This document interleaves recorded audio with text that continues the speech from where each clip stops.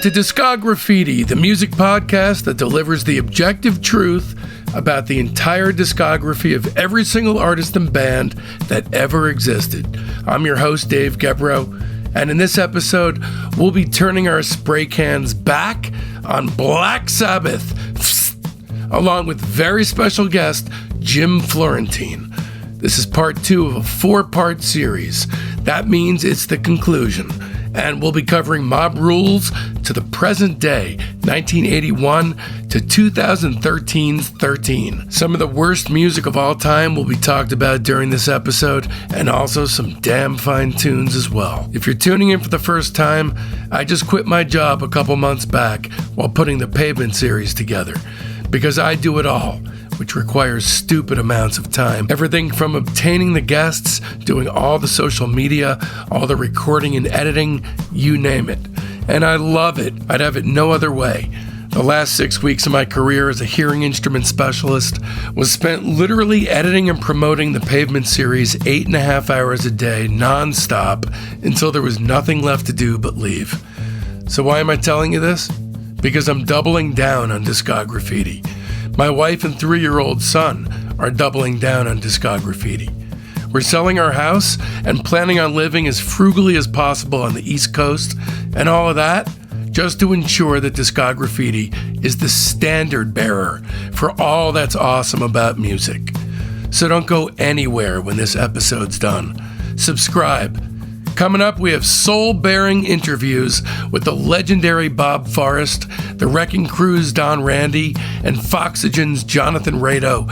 2 weeks of Randy Randall from No Age rating Jesus Lizard, Sergio Diaz from Os Mutantes rating his own early work, and on and on and on, way, way into the future. Here's what I'd love for you to do. Check out all the back episodes and share the ones you dig with your buds. Also, join our Facebook group, Discography Soldiers of Sound. We're on Instagram and Twitter too, in case you don't mess with the Zuck. Also, please rate the podcast 5 stars along with a beautifully worded review, especially if you're listening to the show on good old Amazon Music or Spotify and anywhere else for that matter. It'll help a lot. You can find the link to our legendary playlist in the show notes and also on our website at discography.com. And if you're like me and enough's just never enough, then visit patreon.com/discography and become one of our Patreon Soldiers of Sound. Our Patreon feed is the ultimate music deep dive. I post 3 shows a week. The main show on Sunday, then Discography's The Private Press with Paul Major on Tuesdays, and a Thursday wildcard episode, which is either an interview with that week's guest or one of our other offshoot shows like Rock Cousteau, Queasy Listening, and Battle Royale. So hey, try it for a month. You've got nothing to lose. Okay, back to business. First things first, you need to know just how seriously I take this craziness. Discography is heavily researched, and the music is always reassessed with fresh ears. We're not just covering albums. We do a searingly honest deep dive analysis of all EPs, singles, comp tracks, relevant solo work, and bootlegs. Every release is slapped with an objectively accurate star rating between 0 and 5, which allows us all to come face to face with the true shape of an artist's overall arc. And away we go then, with Jim Florentine for the very last time, as we enter the Spinal Tap-inspiring musical territory that is Sabbath in 1981, and then sit back and watch in amazement as against all odds, they pull a classic out of their collective ass.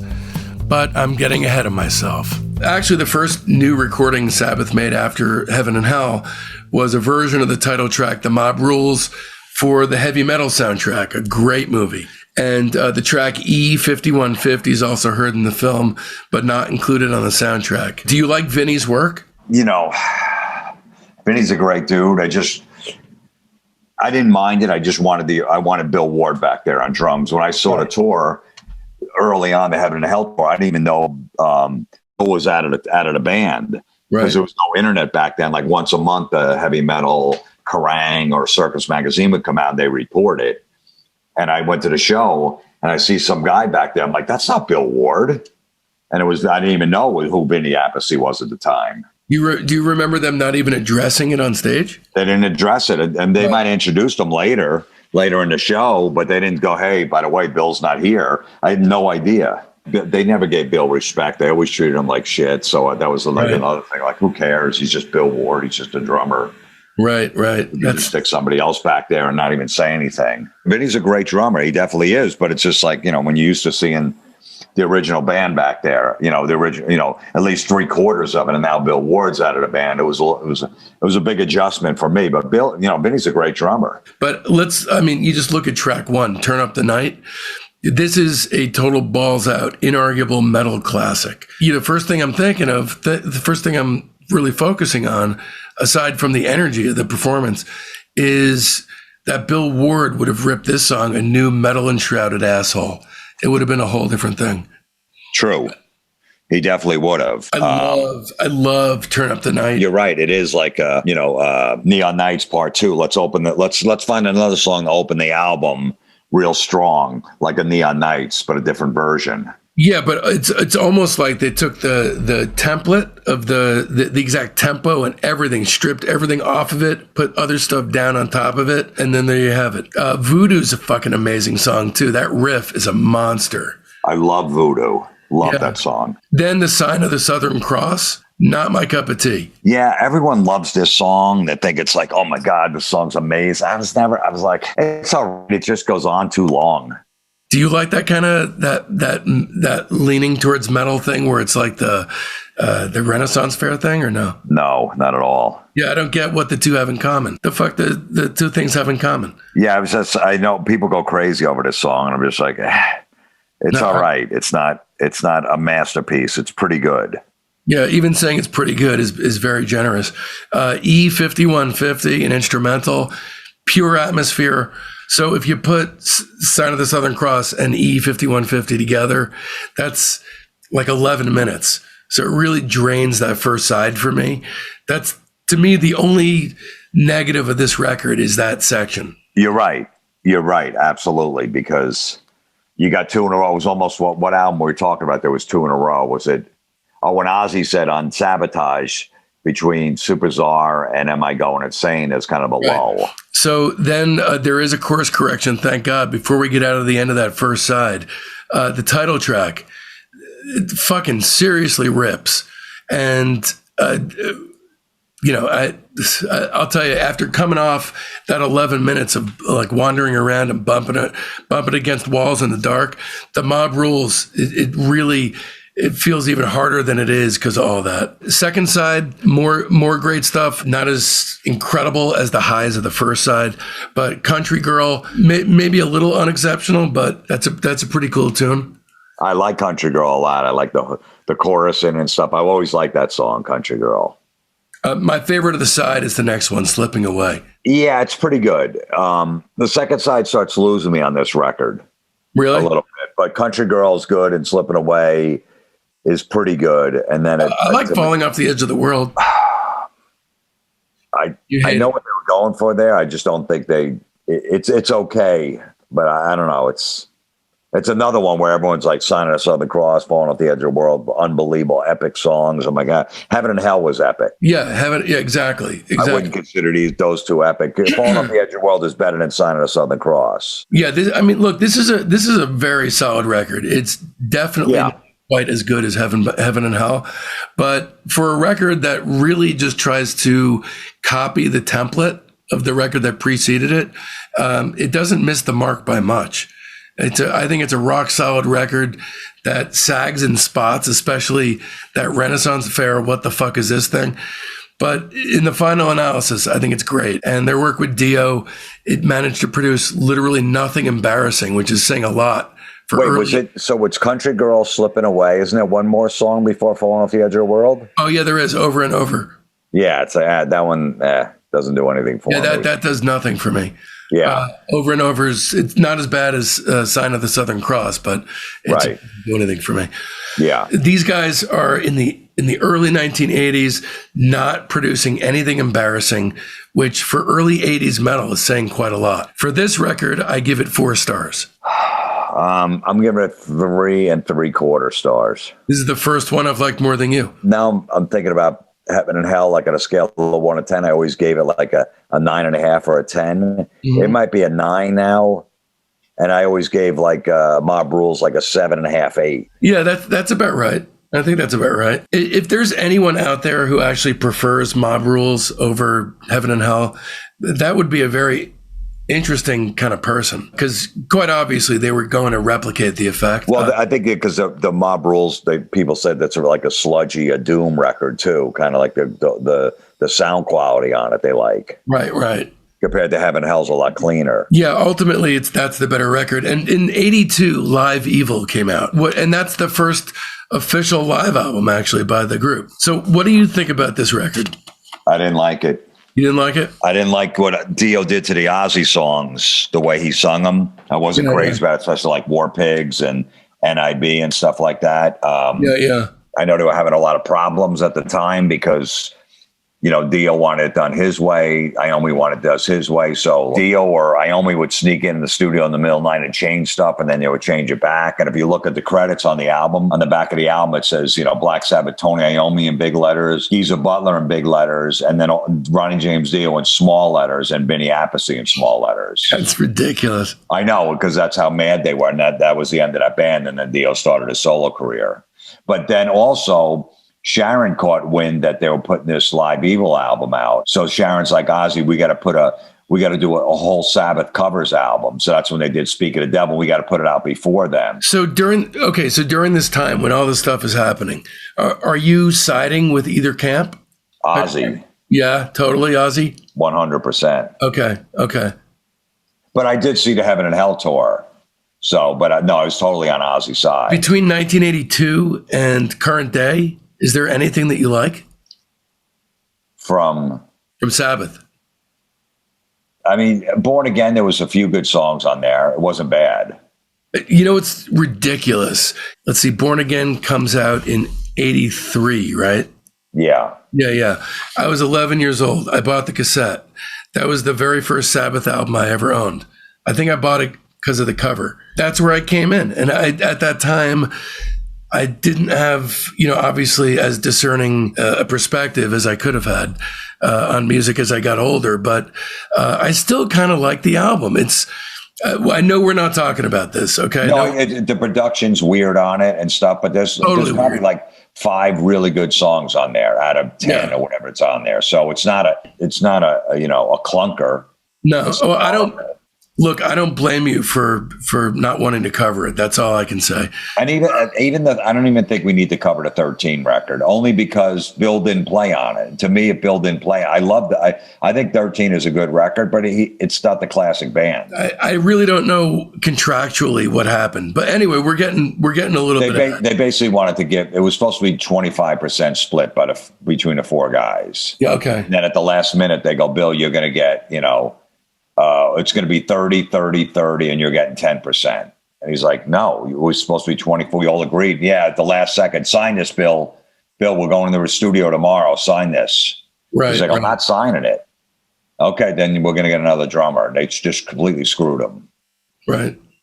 It might have even been 5% they offered him instead of that. But it was a joke. So they dicked him around again. And he's like, I got a little integrity. I'm not doing it. Yeah. Because they originally said we're going to split it 25%. Everyone's getting a quarter. It's unfortunate that they screwed him over. Yeah, it really sucks. It's like, how much money do those other 3 guys need? You couldn't just give him 25%? Yeah. Because they feel like he doesn't do anything. Like he doesn't write any songs. He doesn't write lyrics. He's an identifiable drummer. His sound is identifiable. I know. And these guys are friends as I know. It's like at that point, it's like those guys are multi-millionaires. Does it really matter if he gets 25% instead of, and you guys get like 7% more? Right. I'm hoping that before it's too late, that they can figure out a way to really put this thing to bed. It's too late. You never know. I mean, you never know. At least maybe not in a musical way. Hopefully they can bury the hatchet, at least personally. I think they're all talking. I think Bill's reconnected with Ozzy. But no, they'll never do it. Never do an album. No way. And right. And maybe a show, but even Ozzy's had some really bad health problems, and he just had back surgery, and they don't even know if it worked or not. He could barely walk. He needs a cane and shit. So he's got a new album, another solo record coming out. Not that he's going to tour, but So no, it's done. Let's go back to Live Evil just for a second, talk about the breakdown of Dio. So during the mixing of Live Evil, Dio and Vinny abruptly left. So now we just have Iommi and Geezer. There were major discrepancies over this story about what happened. Iommi said Ronnie had started to take over a little bit too much and was becoming a bit of a Hitler. We were working on the Live Evil record in Los Angeles, and in fact, we nicknamed him Little Hitler. You know, Tony, he likes to control, you know what I mean? Like he controlled the whole band. It was basically, what's Tony going to do? If you look at the old footage from like Don Kirsh's rock concert, Ozzy is singing stage left and Tony's in the middle playing guitar. I've never seen that before. Right. And Ozzy's to the side where Iommi sings now. It's like, when have you not seen a singer in the middle of the stage? And Iommi had such an ego. He's like, nah, I'm going to be in the center of the stage. So I could see him clashing with Dio, who's another guy that has an ego. You know, he had to have had a Napoleon complex. I don't know how tall he was, but he's like a famous quasi. And he was a great guy, Dio. You know, he was on that metal show. I met him a bunch of times. Super nice. Everybody always said nice things. There's like, you know, Vivian Campbell's the only person who ever said anything bad about Ronnie. Like they had some issue over money when he did Dio solo band. But other than that, everybody has said wonderful things about Ronnie. And every time I met him, he was a great guy. So who knows what went on. But, you know, it's two control freaks, and eventually, you know. Yeah. Look, they did everything they needed to do.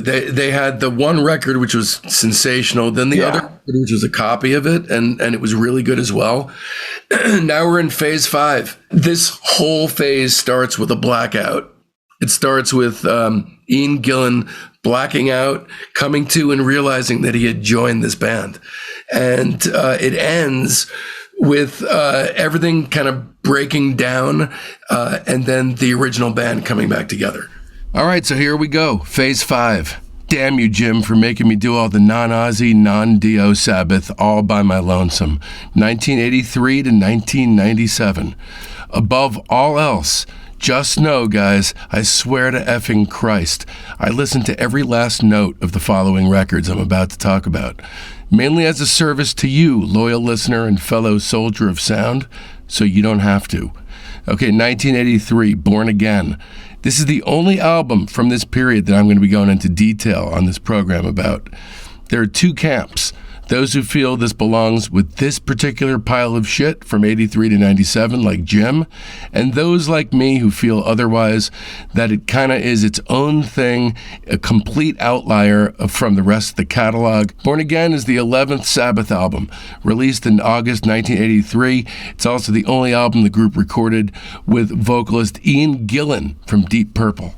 It was also the last Black Sabbath album for 9 years to feature Geezer, and the absolute last to feature original drummer Bill Ward, though he did record some bonus stuff with the band 15 years later on the 1998 live album Reunion.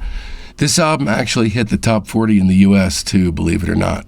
It's also known for sounding like shit. The band had considered vocalists like Robert Plant and David Coverdale before settling on Gillan. They actually had even received an audition tape from Michael Bolton, who was then unknown. The band had switched management to Don Arden, Sharon Osbourne's dad, and he suggested Ian Gillan as the new vocalist. Gillan at first was reluctant, but his manager convinced him to meet with Iommi and Butler at the Bear, which is a pub in Oxford. After a night of pretty intense drinking and a blackout, Gillan officially committed to the project, and this is February 83. Originally intended to be a new supergroup, the guys in the band had no intention of billing themselves as Black Sabbath. So at some point after the recording had been completed, Don Arden insisted that they use the Sabbath name, and the members were overruled. This is something that's going to happen to them a whole bunch of times in the next 15 years. Born Again also featured the return of Bill Ward on drums, who at this point was newly sober after leaving the band in 1980 to deal with alcoholism. Ward actually began drinking again near the end of the sessions and came back to LA for treatment once the album was done, and he's been sober ever since. Oddly, in light of that fact, Ward has said that he enjoyed making the album, which remains his final studio album with the band. Let's talk about that cover. The cover is kind of like this really fucked up looking red devil baby. I love it. I think it's great. Bill Ward says, I didn't have any participation in the album cover. When I saw it, I hated it. Ian Gillan, one step further, told the press that he vomited when he first saw the picture. Iommi approved the cover, which has been considered one of the worst ever. So Iommi, in his memoir, says, Ian's lyrics about sexual things were true facts. They were good, but quite a departure from Geezer's and Ronnie's lyrics. For example, Gillan returned from a local pub one night, took a car belonging to Ward, and commenced racing around a go-kart track on the Manor Studio property. He crashed the car, which burst into flames after he escaped. Then he wrote the album's opener, Trashed, about the experience. Let's talk about Trashed. I would have to say that this song is the best song from this entire period. From that first high-pitched shriek, you know you're fucking in for it. I love this song. I've loved this song ever since I bought the fucking tape for its cover, barely knowing anything about the Ozzy or Dio eras of the band. I was, as they say, lacking history. I came in on the wrong end of the National Lampoon as well. Started reading that shit in like 1985 when they had bottomed out in sophomoric humor. What can you do? I grew up in the 80s, and there's nothing I can do about that. This song rips. I don't care what the fuck the reputation of the record is. It's kind of the got to get you into my life of drinking and driving, and I'm just going to leave that right fucking there. By the way, incredible Iommi solo that is recorded with so much tympanic membrane shredding high end, it actually hurts to listen to it on headphones, which is exactly, obviously, what I did. Multiple times too, and I should know better. This was the first single from the album. One last thing about it, Bill Ward said, I went through hell behind narcotic and alcohol addiction, and so things like I crashed my car, man, I take these things real serious now. It's not fun for me at all. I'm not saying that the song was glamorized, but I prefer not to glamorize it. The next song is Stonehenge, which is an instrumental, 2 minutes, pure fucking Velveeta, the absolute shit underbelly of the vibe tracks the Sabs used to crank out with the qualityometer on full blast. Now they were inspiring Spinal Tap. More on that later. Track 3, Disturbing the Priest. Let's talk about first how awesome. That's a fucking song title. Okay, that is a song title. Now, one of the great things about this song is that this was written after a rehearsal space, which was set up by Iommi in a small building near a local church, started receiving noise complaints from the resident priests. So literally, this is a song about disturbing the priest. It starts out promisingly enough, but pretty quickly it slides right into the fucking toilet under streams and rivulets of awful 80s goth cheese whiz, sounding literally absolutely nothing like Black Sabbath, and with an insistent macho synth throb underpinning this that sounds like Michael Mann library music. But the metal, the true metal parts of this song fucking rip. You know what? Fuck it. It's going on the playlist. I actually like this song. Next song is an instrumental, 40 seconds long, called The Dark. It is interstitial dog shit. Zero the Hero is next. It's more Michael Mann metal in parts, and there's some awesome thunderous riffage buried beneath the synth nonsense. This song fucking shreds, and thank God, because it actually sports an ocean tanker's length at almost 8 minutes. Then we're on the flip side. Flip side's not as good as the first side. What can I say? It's not as good. These things happen. Digital Bitch. That's the first song in the second side. Sure, why not? Not the greatest song on the record. All you really need to know here is keep away from the digital bitch. She's so rich, the digital bitch. Hey, they can all be winners when your frontman's existing in a blackout state and exits the experience with zero recollection of it. Born Again is the next song. It's the title track. It's actually probably the worst song on the record. 6.5 minutes of wailing, ballad singing. I do not dig this at all. This is the worst on the album. Hotline is next. Shredding metal, nothing extraordinary, but the first really solid song on the flip side. Keep It Warm is next. Chugging, misogynistic, yet thankfully melodic pop metal, crafted almost in a Def Leppard adjacent style. The Iommi solo, unfortunately, is garbage, some November Rain style melodrama that you'd really have to squint your ears to realistically call metal. So as I mentioned before, I used to ride around the circular cul-de-sac of my childhood neighborhood on my painfully yellow bike, listening to this tape and not really knowing the difference between classic Sabbath and this. But now that history's gone by, it seems clear to me that this record stuck in between the two classic eras and the long slide down. It definitely takes the right frame of mind to enjoy it, and I'm not necessarily arguing for its greatness, but it activates something in me that none of their other records do. It's better than Technical Ecstasy and Never Say Die. In any case, it's extreme. It's Aquanet. I can smell the BO, and ultimately, it's the last thing I really give a shit about by this band until 13, which is 30 years later. I give this record 2 7/8 stars, because it's not quite a good record, but it's pretty goddamn solid. All right, so in 1984, Ozzy actually stated, "This record was the best thing I've heard from Sabbath since the original group broke up." One last thing I want to talk about before we move on is the tour. So, according to Iommi's autobiography, Bill Ward began drinking again near the end of the Born Again recording sessions and returned to LA for treatment. The band recruited Bev Bevan from ELO. You'd think that was a totally left field choice, but he too is from Birmingham. All right, so the first weird thing about this tour, Ian Gillan absolutely could not remember the lyrics to save his life. He had all the lyrics to the songs written out and plastered all over the stage, and he explained in 1992 to Martin Baker that I couldn't get into my brain any of these lyrics. I cannot soak in these words. There's no storyline. I can't relate to what they mean. Gillan attempted to overcome the problem by having a cue book with plastic pages on stage, which he would turn with his foot during the show. However, Gillan did not anticipate the buckets of dry ice that engulfed the stage, making it impossible for him to see the lyric sheets. Iommi also says Ian wasn't very sure-footed either. Gillan also told Birch that it was Don Arden's idea to open the show with a crying baby blaring over the speakers and a dwarf made to look exactly like the demonic baby depicted on the Born Again album cover, miming to the screaming. The tour, however, is most infamous for the gigantic Stonehenge props the band used. Iommi recalls in his autobiography that it was Geezer's idea, but the designers took his measurements the wrong way and thought it was meant to be life-size.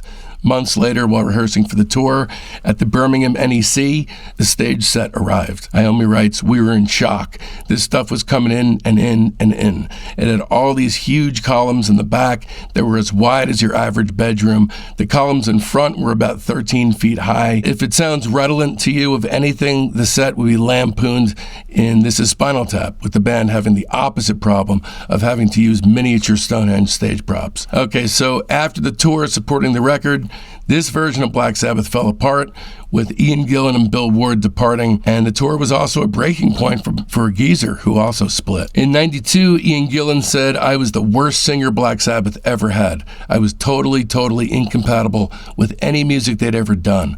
I didn't wear leathers. I wasn't of that image.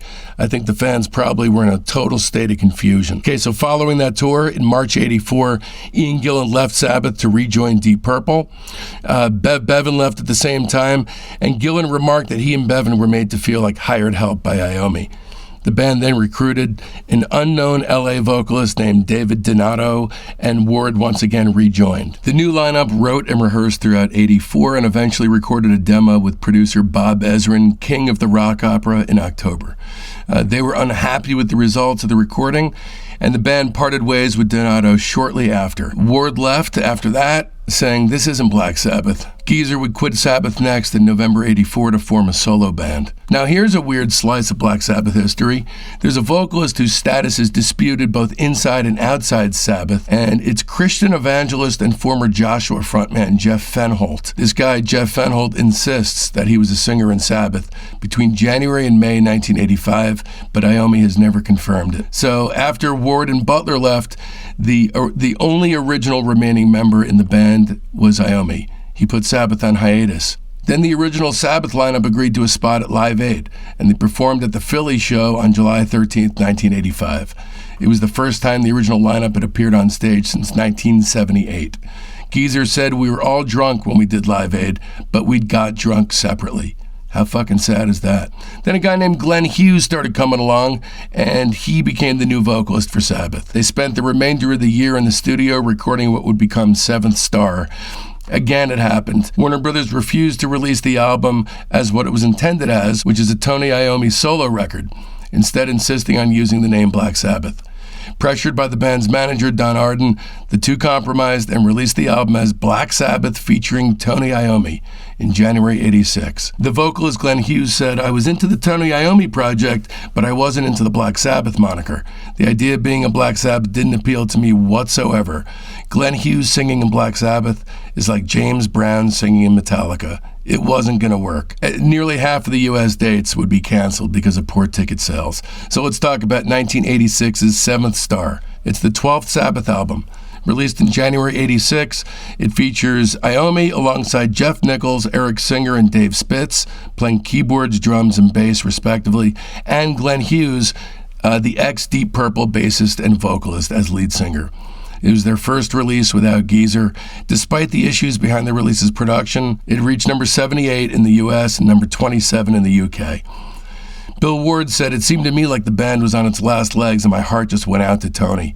I thought, God, how much more can he take? Or how much more does he want?" I do want to say that a reviewer for the magazine Kerrang gave Seventh Star a perfect score of 5 out of 5, which strikes me as that person is the ultimate personality type that would allow adultery in a marriage. Okay, it kicks off with In for the Kill. The chug is instantly faceless and unrecognizably un-Sabbath-like. That drum stampede is just gross. No imagination to it. This is some sad shit. The solo ain't half bad, but this is sweatband metal. Track 2, No Stranger to Love. This is the farthest possible thing from metal. It sounds far closer to Richard Marx. They've gone from the So Bad It's Good of Born Again to just flat out terrible and totally indefensible. What the fuck does Living on the Street, I'm No Stranger to Love mean? Turn to Stone is next. Admittedly sweet pounding by Eric Singer on the intro, and that's where my love of the song ends about 5 to 10 seconds in. From there, it's just mediocre metal. Next up is Sphinx, The Guardian. This BS kicks off with wind sound effects and a Vangelis-style keyboard bed. It rips a page from their last record's cloak-hooded druidic horse shit, and then uses that page literally as toilet paper. Seventh Star. This is that strain of gothic Narnia metal you'd hear kind of a lot in the 80s, which is surprising in retrospect, since that shit always seems to go hand in hand with prog moves, which at that point was considered kind of dated as a genre, no? This is windblown music video-y metal. Danger Zone is next. The riff sounds exactly what you'd think a metal song called Danger Zone would sound like.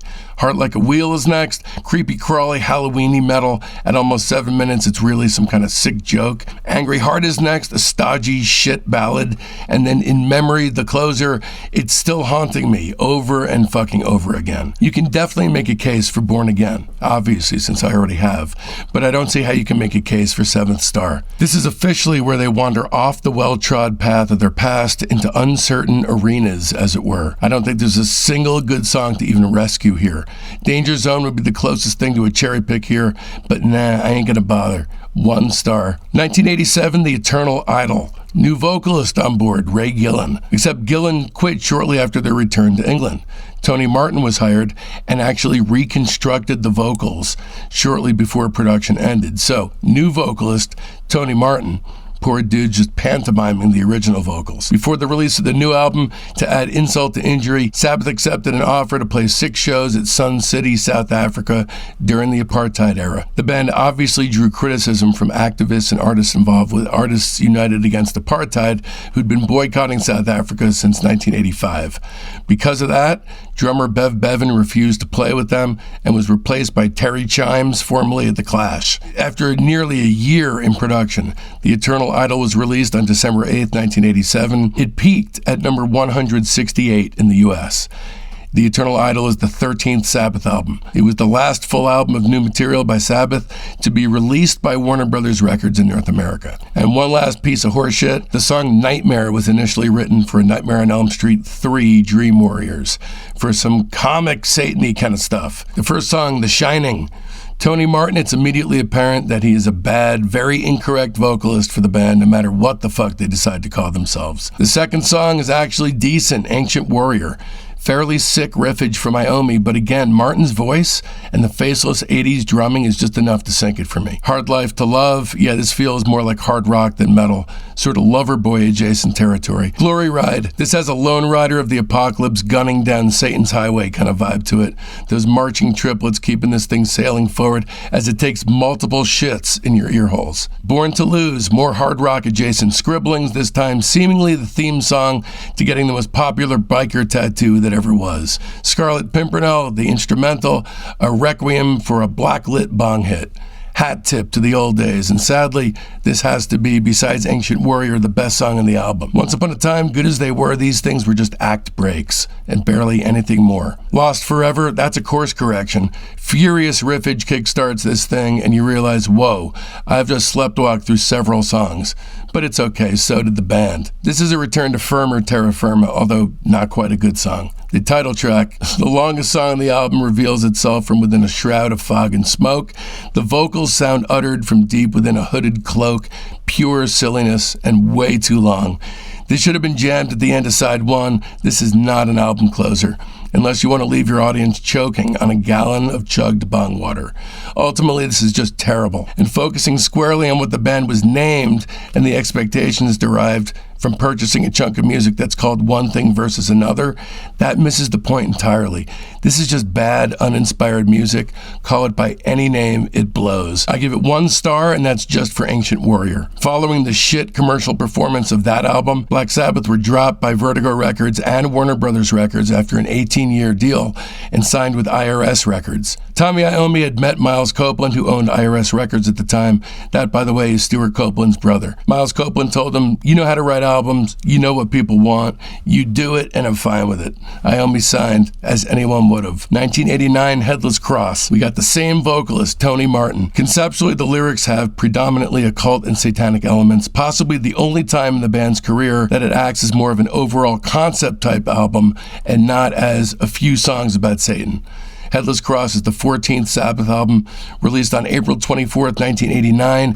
It was the group's second album to feature Tony Martin, the first to feature the drummer Cozy Powell, and the only album with the bassist Lawrence Cottle. It peaked at number 115.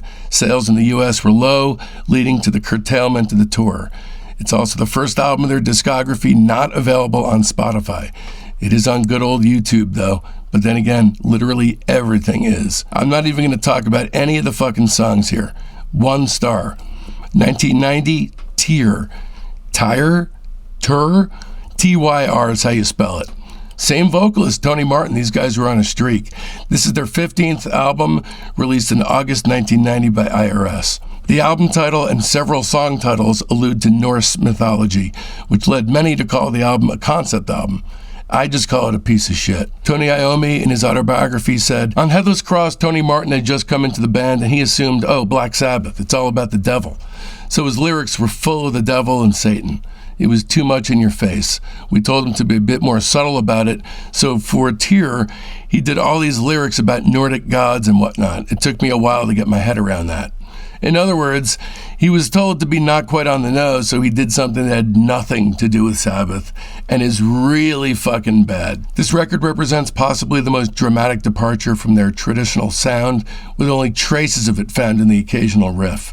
Their production's been criticized by some who claim that Cozy Powell's drums drown out most of the other instruments. I see that as a plus because what they're playing sucks elephant dicks.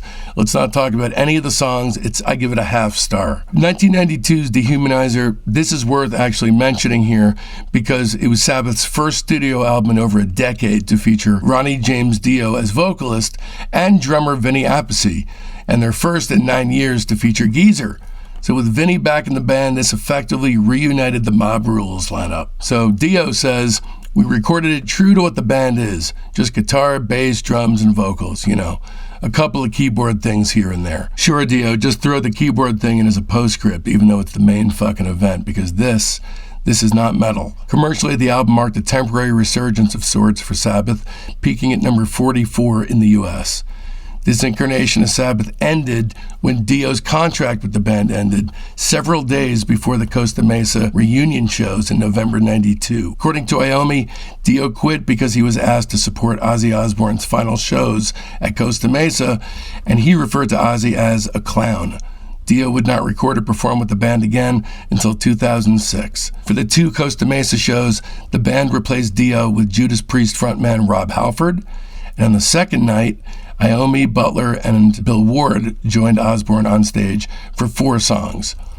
I don't want to talk about any of the actual songs on this. It's a little bit long at 52 minutes. The bonus track on the US edition is a song called Time Machine. It's actually taken from the Wayne's World soundtrack, and this is a very awesome and unexpectedly great song that belongs on the playlist. If it was technically on the album, I'd give the record a higher rating, but it's not. It's a bonus track, which is unreal. Admittedly, with Dio's readmittance into the fold, the guys do sound re-energized, and this seems to be the only record with any kind of credibility post-Born Again. At the very least, I guess it's good enough, being so dog shit adjacent. I'll give the record 2.25 stars. I'm being really nice. 1994's Cross Purposes is next. And Tony Martin comes back in the fold, returning vocalist at large. This is the 17th Sabbath album, released through IRS Records again on January 31st, 1994. The only thing worthy of mentioning is the song Evil Eye, the last song on the album, was written by them with Eddie Van Halen, who was uncredited because of Warner Brothers' contractual restrictions. Not much use talking about any of the songs here. Total garbage, half star. 1995's Forbidden. Forbidden is the 18th Sabbath album, released in June '95. It was the last album to feature Tony Martin on vocals, and the last by the band until 2013, when Ozzy and Geezer returned for the album 13. This album got panned by critics and fans. After its release, the band underwent a bunch of lineup changes and found itself at a career crossroads. This is kind of enough for you to make your mind up about the music here. Ernie C. of the rap metal band Body Count produced, recorded, and mixed this. The album's opening track, The Illusion of Power, features a verse by Ice-T, delivering a spoken word part during the song's bridge. It is such a fucking embarrassment. The Ice-T rap is a true low point for a band that had been trading in low points for many years at this point. The next song, Get a Grip, is halfway decent pop metal, but nothing to write home about. That's all I gotta say for this album. I give it a half star. So after completing Asian dates in December '95, Iommi put the band on hiatus and began work on a solo album with Glenn Hughes, the former Black Sabbath vocalist. The album was not officially released after it was completed, although a bootleg called Eighth Star surfaced soon after. The album was officially released in 2004 as the 1996 Depp Sessions, but yeah, you heard right, a shelved solo album. In 1997, Iommi disbanded the current lineup to officially reunite with Ozzy and the original Sabbath lineup. The vocalist at the time, Tony Martin, claimed that an original lineup reunion had been in the works since the band's brief reunion at that Costa Mesa show I talked about earlier, and that the band released subsequent albums only to fulfill their record contract with IRS. In the summer of '77, Iommi, Butler, and Osbourne reunited to co-headline the Ozfest tour alongside Osbourne's solo band. In December '97, the group was joined by Bill Ward, marking the first reunion of the original quartet since Osbourne's 1992 retirement show, quote-unquote. This lineup recorded 2 shows at the Birmingham NEC, released as the double album Reunion on October 20, '98. The album reached number 11 in the US, went platinum, and featured 2 new studio tracks, Psycho Man and Selling My Soul, both of which cracked the top 20. Sabbath returned to the studio to work on new material with all 4 original members and producer Rick Rubin in the spring of 2001, but the sessions came to a halt when Osbourne was called away to finish tracks for his solo album in the summer. And then, of course, in March 2002, Osbourne's reality show, The Osbournes, debuted on MTV. That put a halt to things for a while. That became a huge hit. So the band remained on hiatus until the summer of 2004, when they returned to headline Ozfest 2004 and 2005. In 2006, the band were inducted into the Rock and Roll Hall of Fame. Osbourne was working on new solo material in 2006, so when Rhino Records released Black Sabbath The Dio Years, which was a compilation of songs pulled from the 4 Black Sabbath releases featuring Ronnie James Dio, The guys from that era, Iommi, Butler, Dio, and Vinny Appice, they reunited to write and record 3 new songs with Black Sabbath. They toured, but the other lineup, which had reconvened recently, was still officially called Black Sabbath. So the new lineup opted to call themselves Heaven and Hell to avoid confusion. Ward was initially set to participate, but dropped out before the tour began due to musical differences. He was replaced by Vinny Appice, effectively reuniting the lineup that had featured on the Mob Rules and Dehumanizer albums. In April 2009, the band's debut and final record, The Devil You Know, was released. Dio died on May 16, 2010 from stomach cancer. On November 11, 2011, Iommi, Butler, Osborne, and Ward announced that they were reuniting to record a new album with a full tour beginning in 2012. In February 2012, Bill Ward announced that he would not participate further in the band's reunion until he was offered a quote, signable contract. May 21st, 2012 at the O2 Academy in Birmingham, Black Sabbath played their first concert since 2005 with Tommy Clufedos playing the drums. Sorry if I mispronounced your name. Later that month, the band started recording an album. It was to be called 13. Phase 6, to reunite or not to reunite, 1998 to 2017. First, let me talk about my top 3 records and worst record just from this period. My third favorite record from this shitty period of Black Sabbath history would be The Eternal Idol. The second favorite record is Dehumanizer. Let me also state, I don't like either of those 2 records. My favorite record from this era, unquestionably Born Again. The worst album, a tie between Tear and Forbidden. Total fucking garbage. All right, Jim, I know you've been sitting there with your hands over your ears, purposely not listening to what I'm saying, but you can unclamp and rejoin because we're ready to talk about Phase 6. Come back, Jim. Come back. Phase 6, to reunite or not to reunite, 1998 to 2017. We'll just kind of skip through this, but 1998, there's a live album called Reunion. I don't want to rate the live album, but I do want to talk about Psycho Man and Selling My Soul. Well, let's talk about Selling My Soul first. This is the one without Bill Ward. So Selling My Soul uses a drum machine and no Bill Ward. It's kind of mechanical and leaden.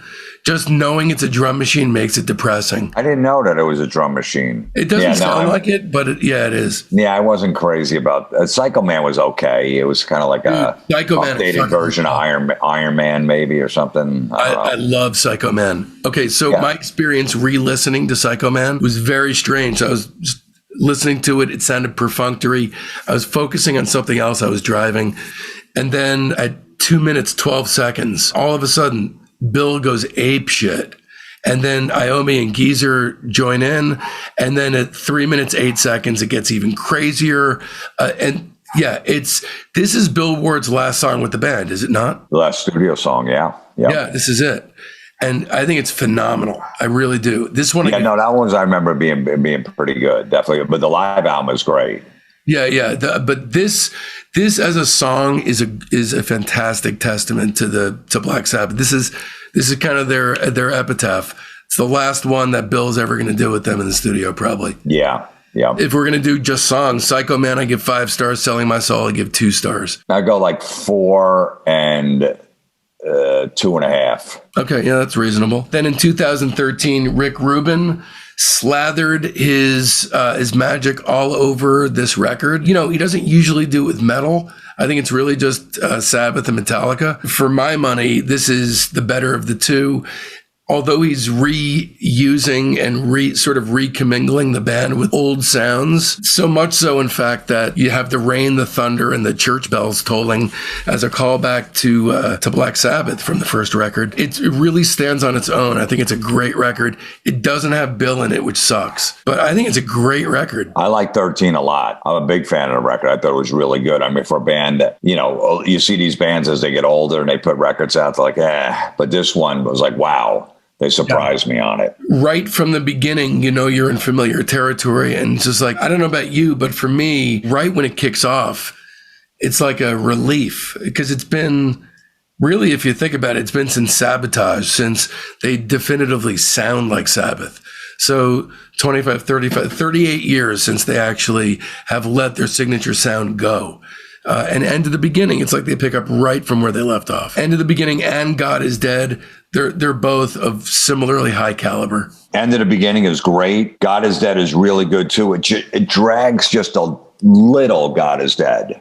Yeah, I mean, it's 9 minutes, so it's 9 minutes, but it's still. I remember when they put that out as the first single. I'm like, that's some balls. That is balls. That is 9 minutes. Then comes Loner, which is not one of my favorites. To me, this is sort of a Rick Rubin supermarket sweep special. It's like all the elements of all their prior stuff, but without the vibe that makes it alive. I always like Loner. I mean, it's a good song. It's a good, catchy song. But yeah, maybe it doesn't necessarily. It's not like a God is Dead, a doomy song, or an end of the Beginning. So yeah, I could see that. I think it's the least exceptional tune on the record, and I think it's funny that it was the final single from the record. Zeitgeist, back in great territory, sort of modeled after the Lava Lamp reprises from the first few records. Well, Rick Rubin said we need a Planet Caravan for this record. Thank God. That's what he said. We need a Planet. So they wrote Zeitgeist. I'm so glad that there's one more of these.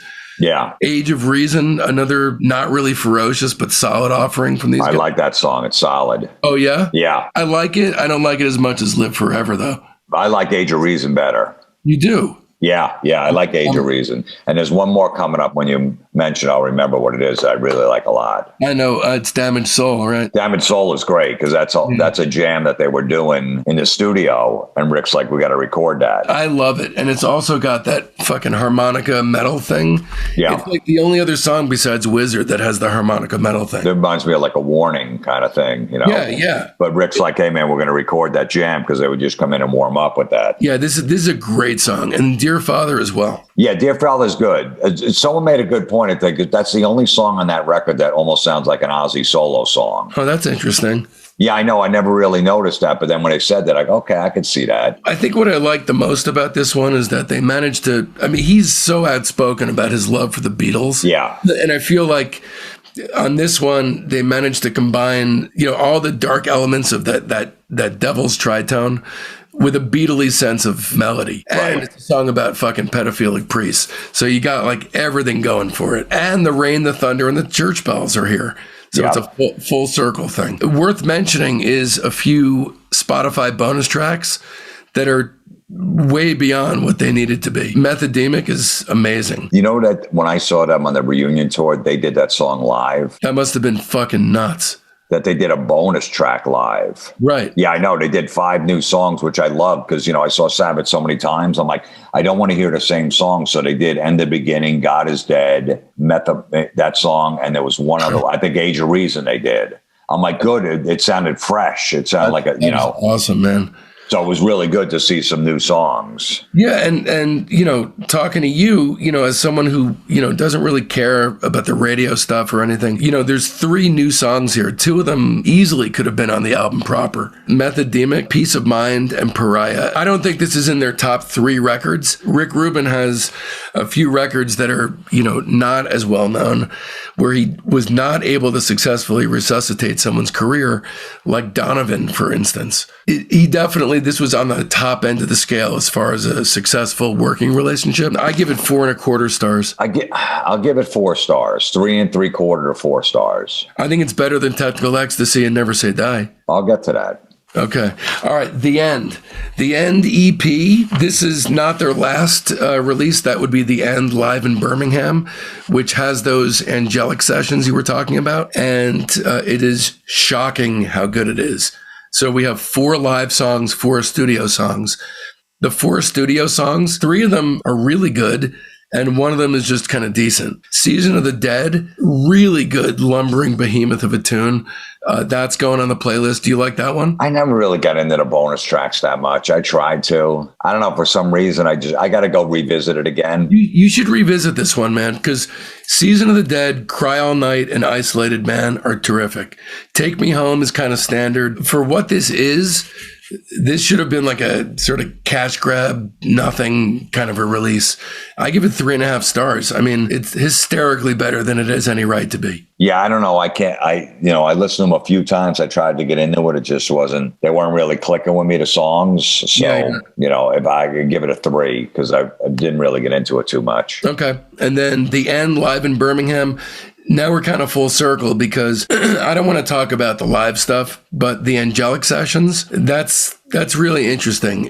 It's worth looking at because those are 5 songs recorded in the days following the band's very last show, which was February 2017, over 5 years ago from the recording date of this show. To date, this is the final studio recordings.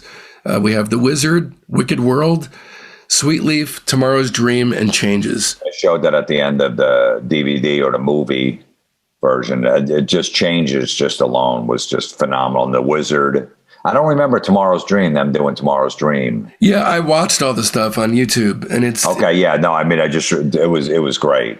Yeah, it's cool. No one's coming here for sustenance in lieu of the original studio versions, or even in lieu of other live versions.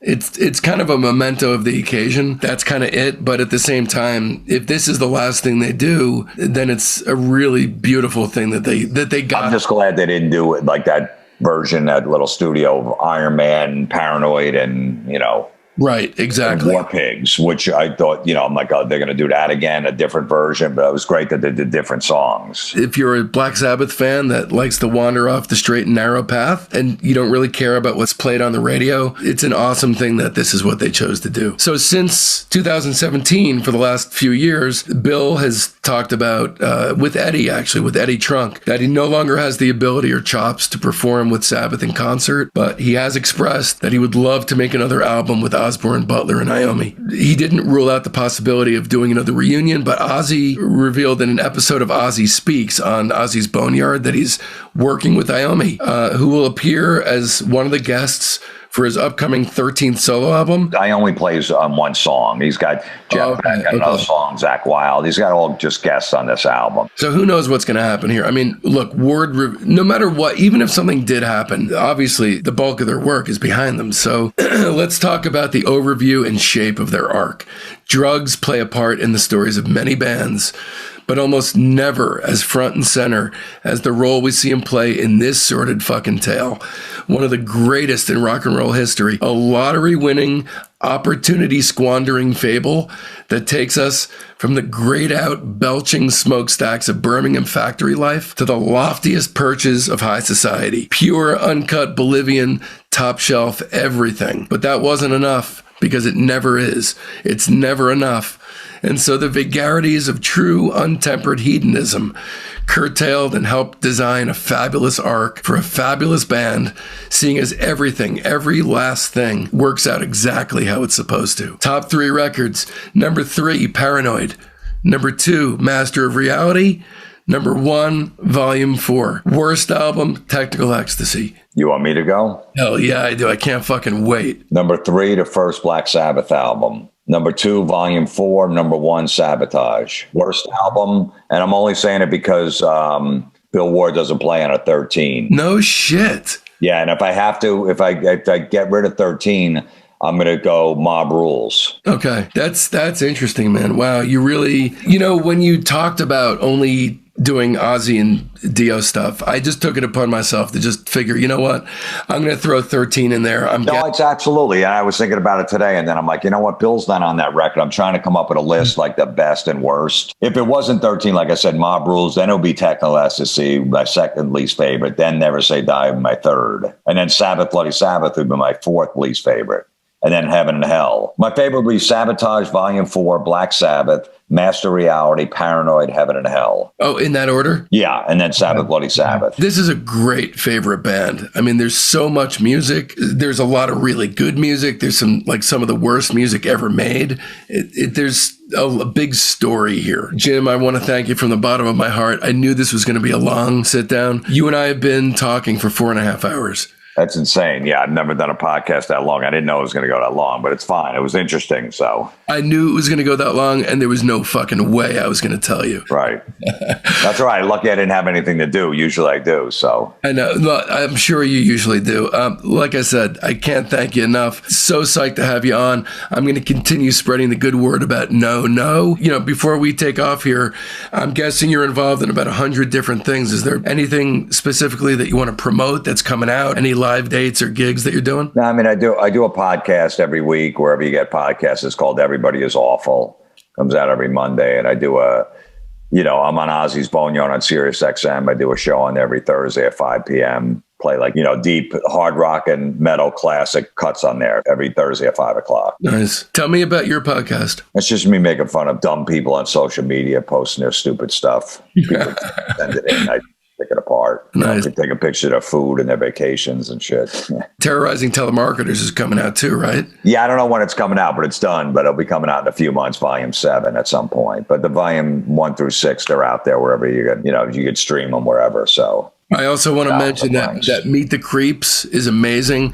I don't know Jim's actual place in the pantheon of sort of reality comedy. There's like 2 or 3 things, especially in Meet the Creeps, that are unbelievably fucking funny. The pepper and Parmesan cheese thing. Yeah. Is insanely funny. The bong hits and beer drinking in that barber shop. Oh, yeah. Is ridiculously funny. Anyone listening to this right now, you got to check all that stuff out. If you even found Crank Anchors mildly amusing, the Jim Florentine oeuvre is bursting at the seams with stuff that's even funnier than that. So do yourself a favor and check all of it out. I appreciate that, man. Thank you. All right, that about does it. Thanks for joining us, and thank you so much for hanging in there for 4 giant episodes on the Great Sabbath. A heartfelt discography thanks goes out to our graphic designer, Todd ZIMMER, and my beautiful wife and son, Jen and Mason. Be sure to stay tuned, because this Tuesday brings upon us another incredible episode of Discography's The Private Press with Paul Major, wherein you'll be introduced to a new world of music there's very little chance you've either heard or heard of before. And then this Thursday's wildcard episode as well. Of course, you'll also want to tune in a week from today for our incredible interview with the amazing Bob Forrest. Right here in the place to which you come to take your daily musical vitamins that one needs should one prefer to properly assess the tough calls that life throws your way. Stay gold, motherfuckers. It's Discography.